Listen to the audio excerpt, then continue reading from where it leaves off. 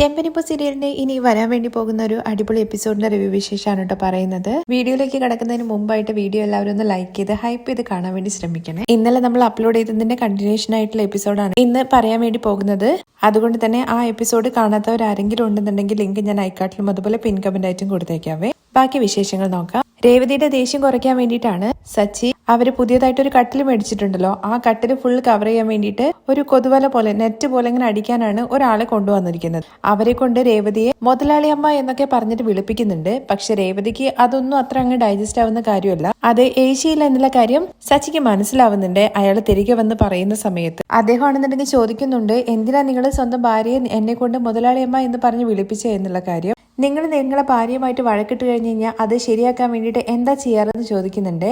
അയ്യോ, അത് വലിയൊരു തലവേദന തന്നെയാണ്. അത്ര പെട്ടെന്നൊന്നും ശരിയാവില്ല, എന്തായാലും ഒരാഴ്ചയെങ്കിലും എടുക്കും. എന്നാലേ ഞാൻ അങ്ങനെയല്ല, ഒരു പ്രശ്നം ഉണ്ടായി കഴിഞ്ഞ് കഴിഞ്ഞാൽ അത് അപ്പം തന്നെ തീർക്കും.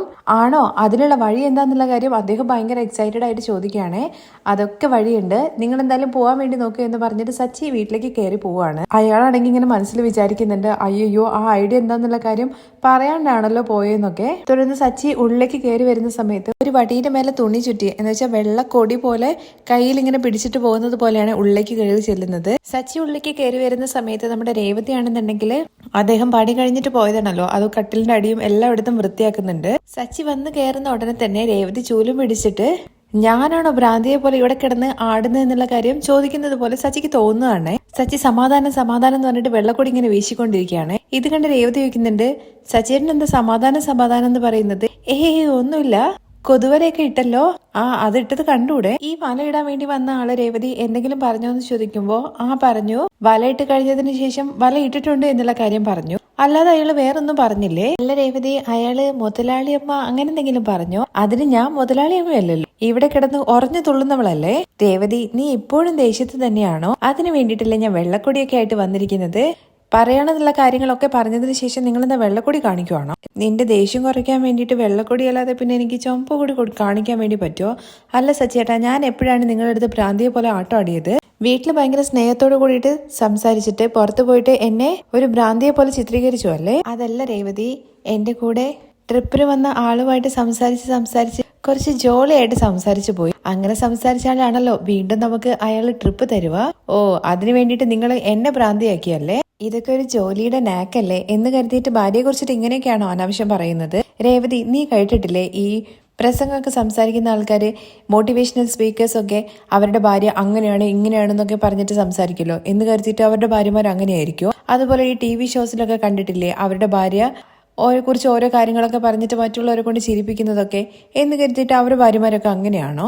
സച്ചേട്ടൻ അങ്ങനെയാണല്ലേ പറഞ്ഞു വരുന്നത്? അങ്ങനെയാണെന്നുണ്ടെങ്കിലേ ഇനി ഞാൻ പൂ വിൽക്കാൻ വേണ്ടി പോകുന്ന സ്ഥലത്തൊക്കെ സച്ചേട്ടനൊരു മൊരടനാണ് എന്നും ഒരു ചെകുത്താനാണെന്നൊക്കെ ഞാൻ എല്ലാവരുടെ പറഞ്ഞു നടന്നു കഴിഞ്ഞാൽ എങ്ങനെയിരിക്കും? രേവതി, നീ അങ്ങനെ വേണമെങ്കിൽ പറഞ്ഞോ, എനിക്ക് കുഴപ്പമൊന്നുമില്ല. അത് കാരണം നിനക്ക് ഒരു 4-5 മുളം പൂ എക്സ്ട്രാ വിൽക്കാൻ വേണ്ടി പറ്റുകയാണെന്നുണ്ടെങ്കിൽ അത് സന്തോഷമായിട്ടുള്ള കാര്യമല്ലേ? ഇതുപോലെ ഞാൻ ട്രിപ്പിൽ കയറിയിരിക്കുന്ന ഗസ്റ്റിന്റെ അടുത്ത് നന്നായിട്ട് സംസാരിച്ചു കഴിഞ്ഞു കഴിഞ്ഞാൽ എനിക്ക് ഒരുപാട് ട്രിപ്പും കിട്ടും, അതുപോലെ തന്നെ കാശും വരും. കാശ് വന്നു കഴിഞ്ഞു കഴിഞ്ഞാൽ അതിന്റെ പുറകെ ഹൽവയും വരും എന്ന് പറഞ്ഞിട്ട് കയ്യിലുള്ള ഹൽവ എടുത്തിട്ട് രേവതിക്ക് നേരെ കാണിക്കുവാണേ. എന്താ നിങ്ങൾ ഐസ് വെക്കാൻ വേണ്ടി നോക്കുകയാണെന്ന് ചോദിക്കുമ്പോൾ ഐസല്ല, അലുവയാണ്. രേവതി, ഇനി ഇതിൽ കൂടുതൽ എന്ത് പറഞ്ഞിട്ടാ നിന്നെ സമാധാനപ്പെടുത്തേണ്ടത് എന്നുള്ള കാര്യം എനിക്ക് അറിയില്ല. വെള്ളക്കൊടിയും കാണിച്ചു, ഹൽവയും കാണിച്ചു. ദയവ് ചെയ്തിട്ട് ആ ചൂല അവിടെ വെച്ചിട്ട് നീ ഹൽവ എടുക്കെന്ന് പറയാണേ. സച്ചേട്ടാ, എന്തായാലും ഇവിടുന്ന് കഴിക്കണ്ട, നമുക്ക് നമ്മുടെ റൂമിൽ പോയിട്ട് കഴിച്ചാലോ എന്ന് ചോദിക്കുമ്പോ അതിന് നമുക്ക് റൂമില്ലല്ലോ. എന്നാൽ എന്താ കുഴപ്പം, സച്ചേട്ടൻ വലയൊക്കെ ഇട്ടിട്ട് സെറ്റപ്പ് ആക്കിയിട്ടില്ലേ? ഇതാണല്ലേ, ഇതും നല്ലത് തന്നെയാണ്. ശരിക്കും കട്ടില് ഫുള്ള് കവർ ചെയ്തിരിക്കുകയാണ്. ഉള്ളിൽ എന്താ നടക്കുന്നതെന്നൊന്നും പുറത്തേക്ക് കാണാത്ത രീതിയിലുള്ള വലയൊക്കെയാണ് ഇട്ടിട്ടിരിക്കുന്നത്. അതുകൊണ്ട് തന്നെ അവർ രണ്ടുപേരും അതിനുള്ളിൽ കയറി ഇരുന്നിട്ട് ഹൽവ കഴിച്ചുകൊണ്ടിരിക്കുകയാണ്. തുടർന്ന് കാണിക്കുന്നത് അന്നേ ദിവസം രാത്രിയിൽ ശ്രുതി വിമലയുടെ അരികിൽ നിന്നും ഹോസ്പിറ്റലിൽ നിന്ന് തിരിച്ച് വീട്ടിലേക്ക് വരുവാണ്.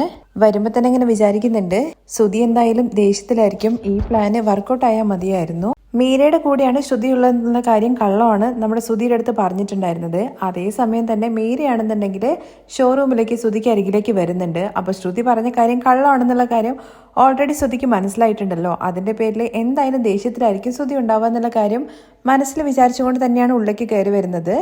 ശ്രുതിയെ കണ്ട ഉടനെ തന്നെ ശ്രുതി ചോദിക്കുന്നുണ്ട്, എന്താ ശ്രുതി, നീ ദേഷ്യത്തിലാണോ എന്ന്? ഞാൻ എന്തിനാണ് ദേഷ്യപ്പെടുന്നത്? നീ എന്റെ അടുത്ത് എന്തെങ്കിലും കള്ളം പറഞ്ഞോ, അതോ നീ എന്റെ അടുത്ത് എന്തെങ്കിലും മറച്ചു വെച്ചോ? ശ്രുതിയുടെ മാനസികാവസ്ഥ എന്താന്നുള്ള കാര്യം എനിക്ക് മനസ്സിലാവും. വാ നമുക്ക് ഉള്ളിൽ പോയിട്ട് സംസാരിക്കാം എന്ന് പറഞ്ഞിട്ട് രണ്ടുപേരും കൂടി റൂമിലേക്ക് പോവാണ്. ഉള്ളിൽ കയറി ഉടനെ തന്നെ ശ്രുതി പറയുന്നുണ്ട്, ശ്രുതി ദേഷ്യപ്പെടാതെ ഞാൻ പറയുന്ന കാര്യമൊന്നും കേൾക്കുന്ന്. ഞാൻ എന്ത് കേൾക്കണമെന്നാണ് ശ്രുതി ഈ പറയുന്നത്? ഇത്രയും നാള് നീ എന്നിൽ നിന്ന് ഒന്നും മറച്ചു വെക്കില്ല എന്നുള്ള കാര്യമാണ് ഞാൻ വിചാരിച്ചത്. എന്നാ നീയും എന്റെ അടുത്ത് കള്ളം പറയാൻ വേണ്ടിയിട്ട് ആരംഭിച്ചു. ഞാനും നിന്റെ അടുത്ത് കള്ളമൊക്കെ പറഞ്ഞിട്ടുണ്ട്. പക്ഷേ ഷോറൂം ആരംഭിച്ചതിന് ശേഷം നിന്നിൽ നിന്ന് ഞാൻ ഒന്നും മറച്ചു വെച്ചിട്ടില്ല.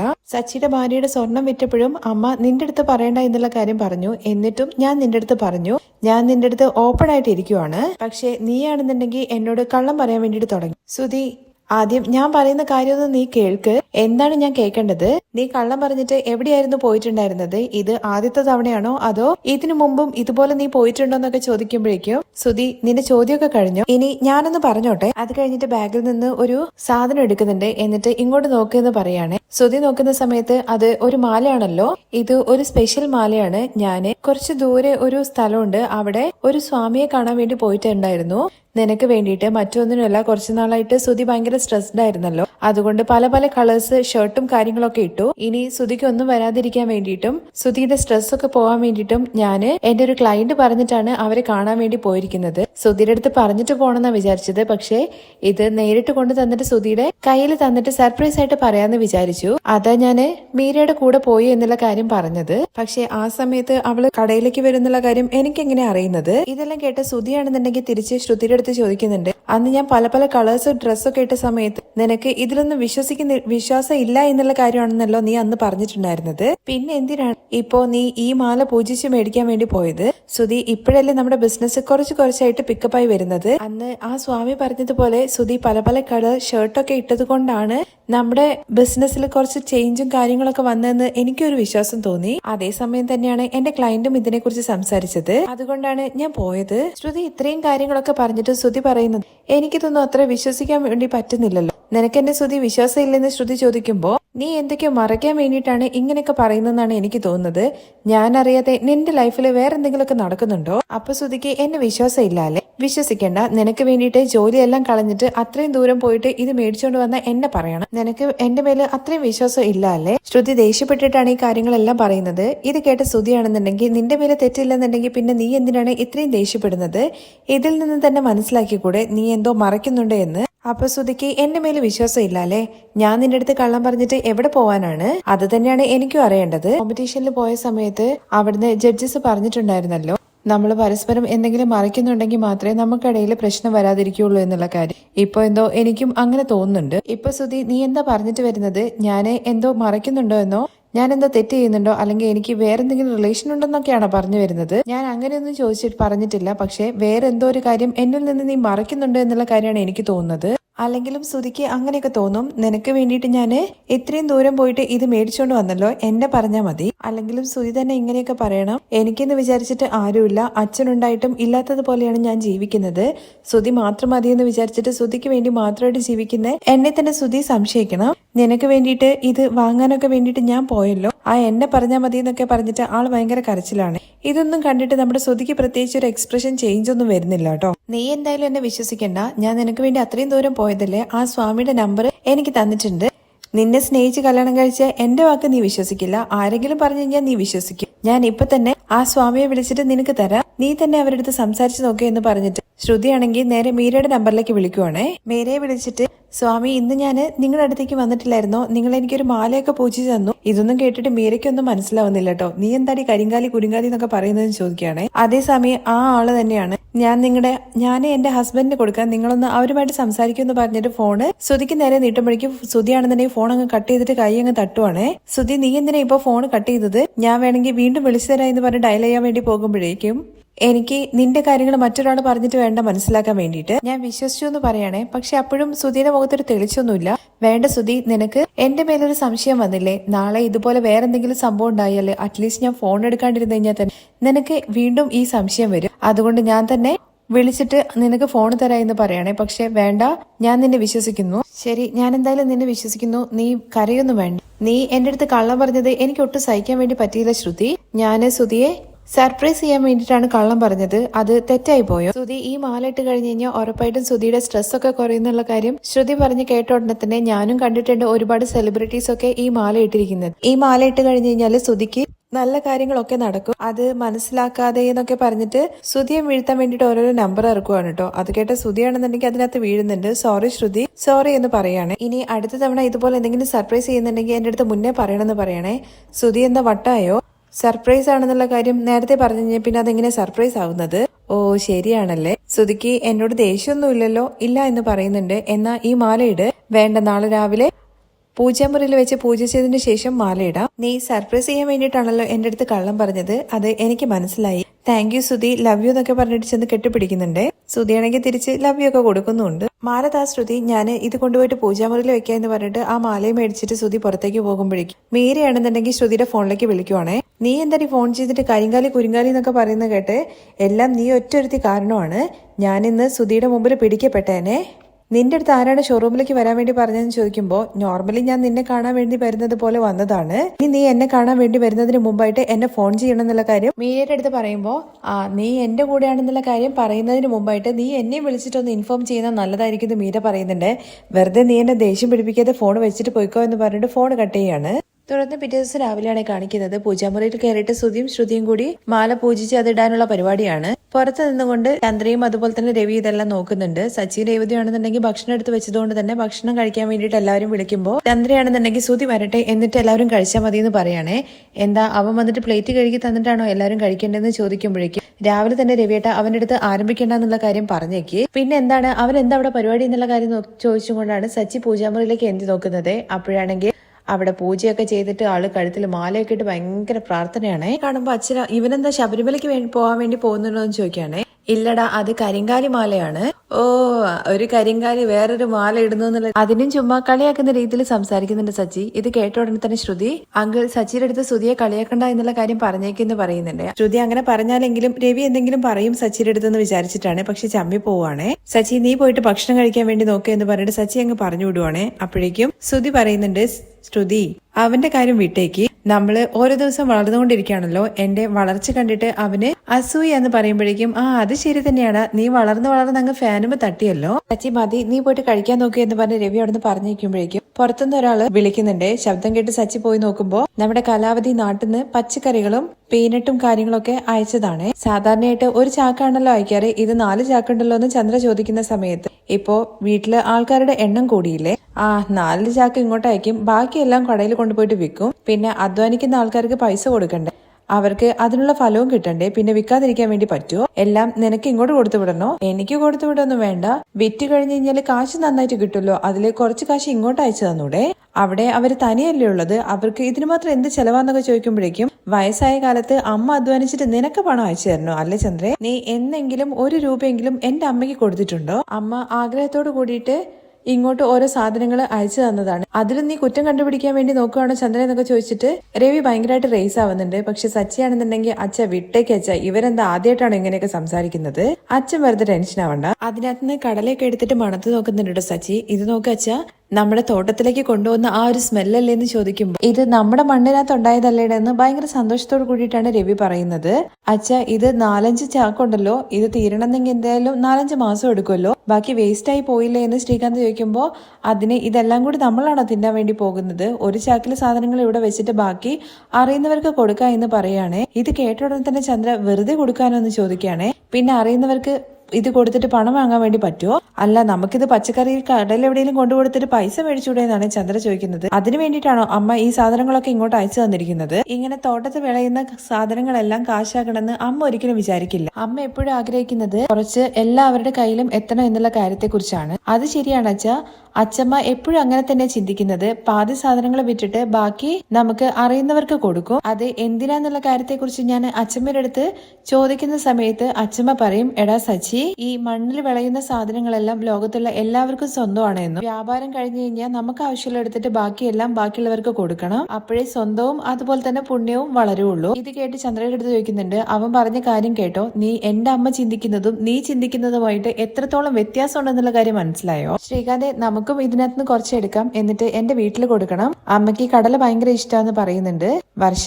അതെ, കുറച്ച് ഞാനും എടുക്കുന്നുണ്ട്, എനിക്ക് ബർഫി ഉണ്ടാക്കി നോക്കണം. കേട്ട ഉടനെ ശ്രുതിയും പറയുന്നുണ്ട്, ശ്രുതി കുറച്ച് നമുക്കും എടുക്കാം. എന്തിനാടാ എന്നുള്ള കാര്യം സച്ചി ചോദിക്കുന്ന സമയത്ത് വർഷയും പറഞ്ഞു കേട്ട ഉടനെ തന്നെ ശ്രുതിയുടെ അടുത്ത് പറയുന്നുണ്ട്, ശ്രുതി നമുക്കും ഒരു ചാക്ക് എടുക്കാം. എന്തിനാണ് നിനക്ക് പാർക്കിൽ പോയിരുന്നിട്ട് കടല തിന്നാനാണെന്ന് സച്ചി ചോദിക്കുന്ന സമയത്ത്, അല്ലടാ റൂമിൽ വരുന്ന ആൾക്കാർക്ക് സാധനങ്ങൾ മേടിക്കുന്ന സമയത്ത് പച്ചക്കറി ഫ്രീ എന്നുള്ള കാര്യം പറഞ്ഞു കൊടുക്കാനാന്ന് പറയാണ്.